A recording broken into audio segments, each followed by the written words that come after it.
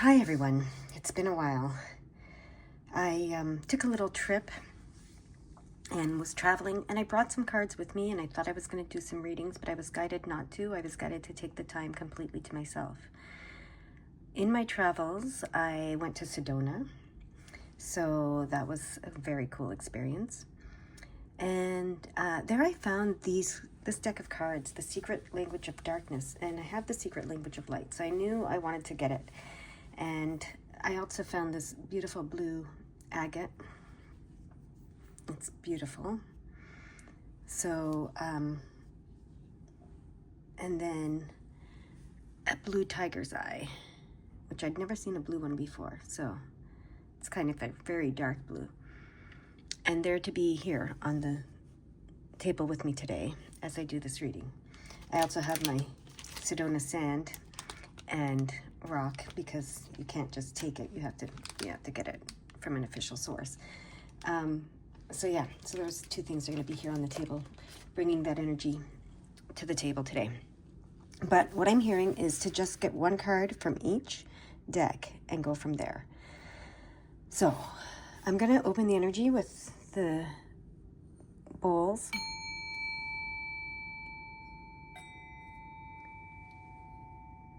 And then we're going to get cards.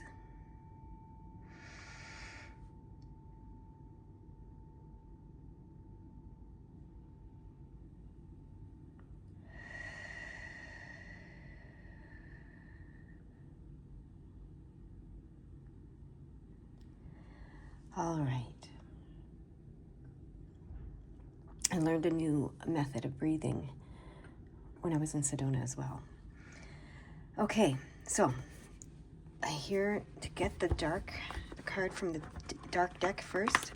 So The Secret Language of Darkness is the name of the deck. We're going to get this card first. Okay. Sorry. Just making a mess here. Okay, we're going to get this card first. Are we shuffling? Are we cutting, or are we letting it pop out? We are letting it pop out. Okay. So we're going to have some patience. Oh, there it is. Okay. I'll put it down here.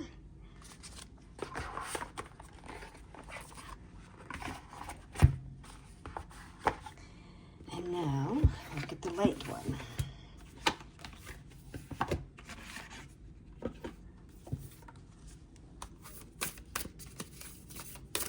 Is this one going to pop out as well? Yes, it is. Okay. Well, that's way too many. But that happens to shuffle. There we go. They both did. They popped the same way. They kind of just turned over. That's really interesting that they did it the same way. Okay, let's see. Now, which one do you want me to read first? The light or the dark? You want me to read the dark first? Okay. All right. And I'm going to get the book ready, because obviously I haven't used these cards yet. And, well, that's probably not obvious, but I haven't used these cards yet. So I'm going to get the book. And just make some room here. I'm running out of room on my table. I have so many things on my table these days. All right. Oh.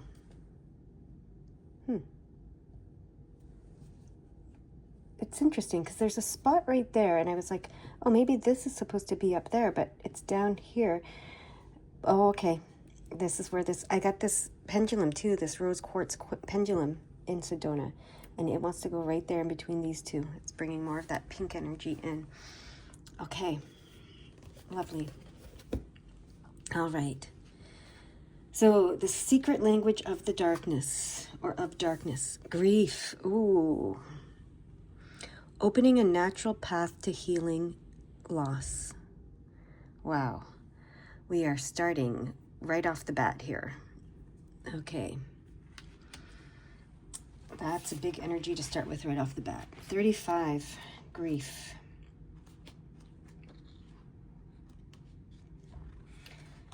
Grief can be a whole person experience that flows through body, mind, and heart. This card has arrived to support and bring understanding to your grieving process.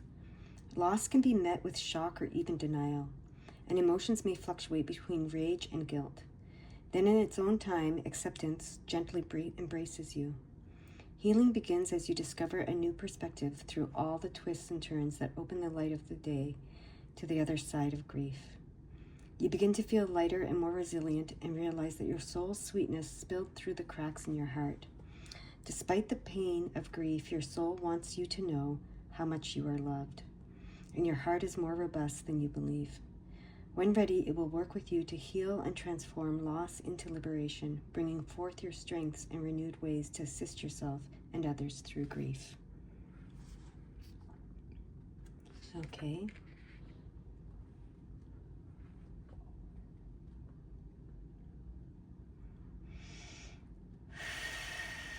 Okay, there's some exercises in this book, but that's all they want me to read from this book. They want me to turn over this card now. All right. Authentic truth. I'm struck by how similar these two cards are. In, all the cards are not the same colors and the same vibe, but these two cards are very much the same color vibe. Like, see, this is another card from the deck. They're not all like that. So it has the same colors and the same vibe. So that's the first thing. So let's read this authentic truth, and then we'll go from there. Discover your truth and let others find theirs. The truth will set you free, so long as you recognize there is more than one truth and that the answers you seek exist beyond the beliefs you hold now. There are many truths in this world. You don't have to believe them all. Just focus on what resonates with you. If you must convince yourself of your beliefs, they are not your truth. Your truth will always fulfill and satisfy. It is unconditional, meaning conditions don't have to change for you to live and feel your truth. There is no right or wrong, but there is a cause and effect or action and reaction. Master yourself, not someone else's process. When you change your beliefs, your life changes to match it. To do this, you must be aware of how you feel and practice focusing on what makes your heart sing, not shrink. When you align with your truth, you will flow, feel excited, and believe an authentic life is possible. If it is not your truth, you will resist, find it hard to commit, and feel indecisive.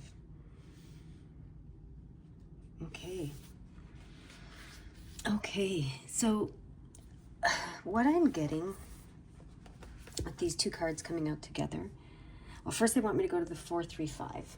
So there's a message in the 435. So I'm going to go to the Angel Numbers book and look up 435 before we delve into this.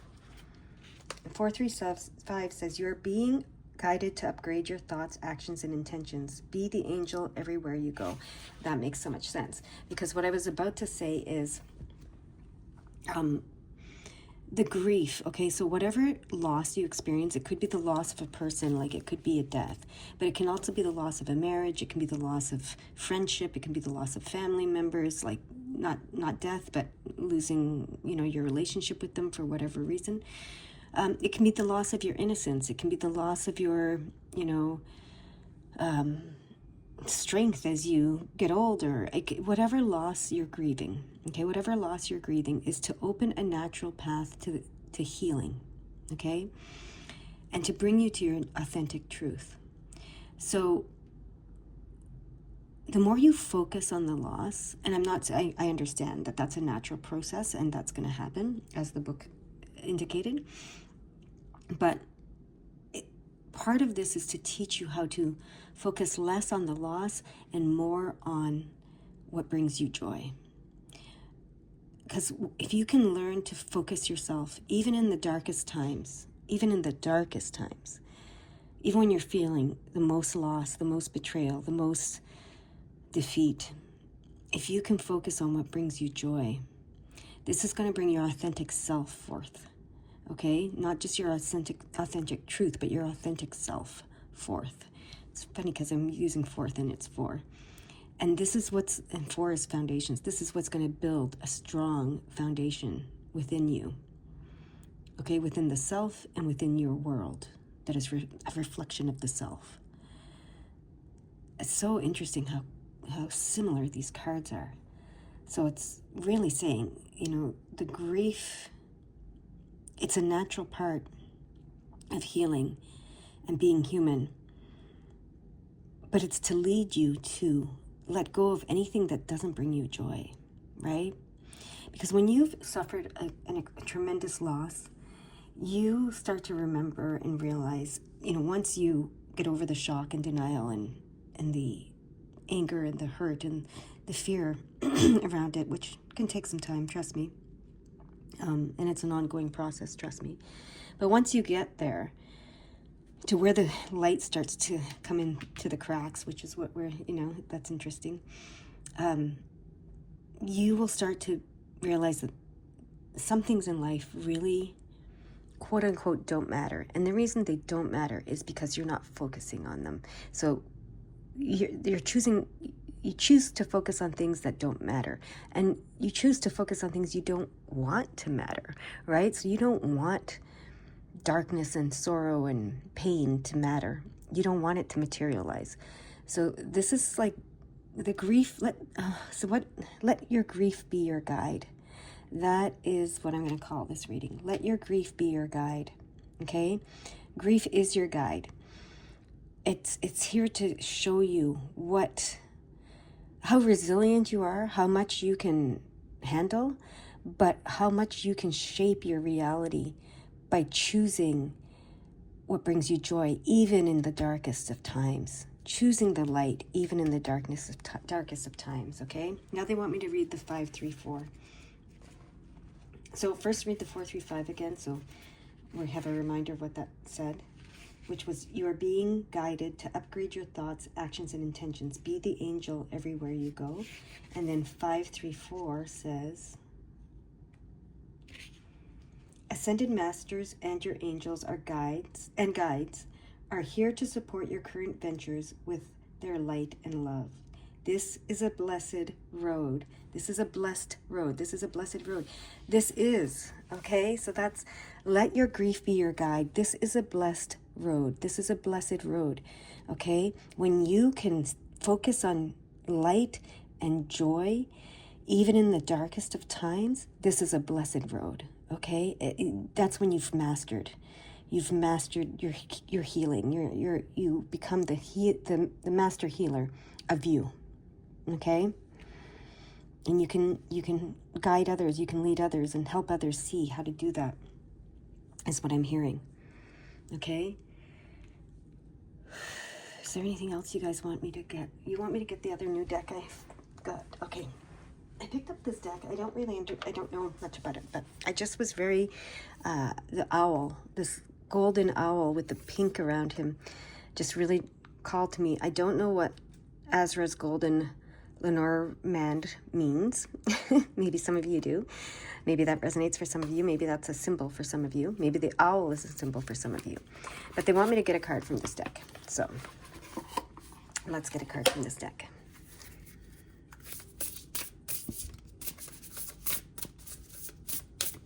It's only 33 cards in this deck. They're very light. Okay. We have a few cards that came out. Do we want all of them? Yes. Four cards? Okay, so I thought we were just getting one card, but we're getting 4 cards. Okay. Start with the top one, okay? Anchor. Okay. Oh, they want me to put this over here. It's 35. I asked, should it start over there? And it wants it over there. And look, 35. Grief. Anchor. Interesting. 32. Moon. They want me to put that one right here in the middle. Okay. Key. 33. They want, okay, like this in order. 32, 33, 35. This must be a 34 maybe. Yeah, 34. Fishes. That's abundance. Okay. So, okay, put this here. So this tells me you're okay, these ones go together. 32, 33, 34, they're saying. So, and obviously this is a new deck, so it wasn't shuffled very well, but when that happens, it's meant to happen. So this tells me your intuition is the key to your abundance. Your intuition is the key to your abundance. This card means abundance, I know that. This is intuition, obviously, and key is quite literal. So your intuition is the key to your abundance. And then this grief is your anchor. It grounds you in the physical world, is what I'm hearing. Okay, this is part of being human. This is, one of the most intense parts of being human is the grief, right? There's this book, I forget what it's called. I think it's called The Host. And, there's these angelic, I call them angelic beings. It's a science fiction book, so I don't know what they call them. But there's these 1515. You might want to look that up, just as I was saying that. I'm hearing you might want to look that up. So I'm looking it up here in the book, 1515.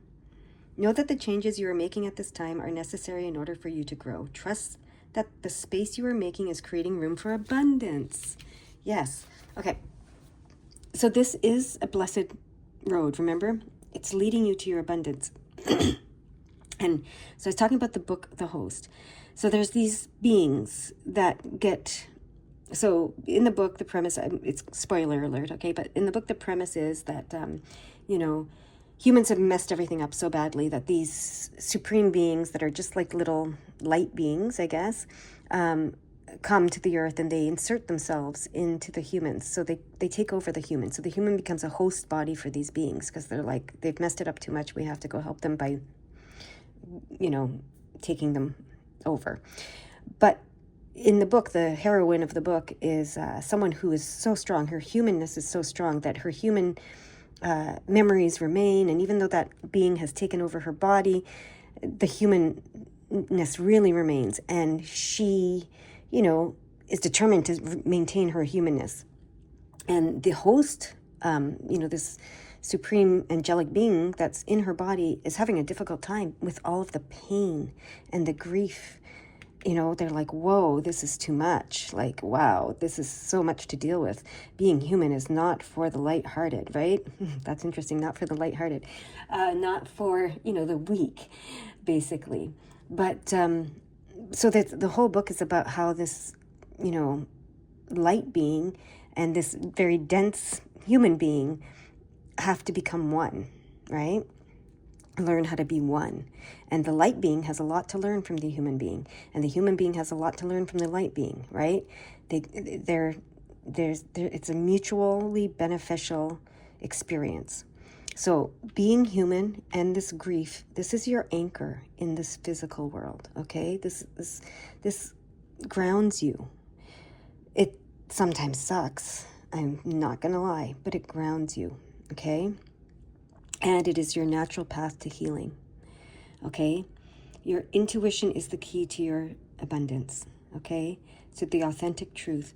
So most people, if everything's joyful their entire life, they might not seek any authentic truth. They might just, go along. And that's great. If that's how, your life is, wonderful. Good for you. Amazing, right? But for most of us, it's some sort of loss that triggers this path, right? Seeking to know our authentic truth. All right? So that's what they're saying here. Let your grief be your guide. It is a blessed road. Okay? That's what I'm going to title this. Let your grief be your guide. And it is a blessed road if you allow it to be. If you allow the natural path to healing. Be your anchor, what keeps you grounded while you pursue your authentic truth, what brings you joy. Follow your intuition to find the things that unlock your joy with this key and your abundance. That's where I'm going to leave it today. I hope it helps. Bye-bye.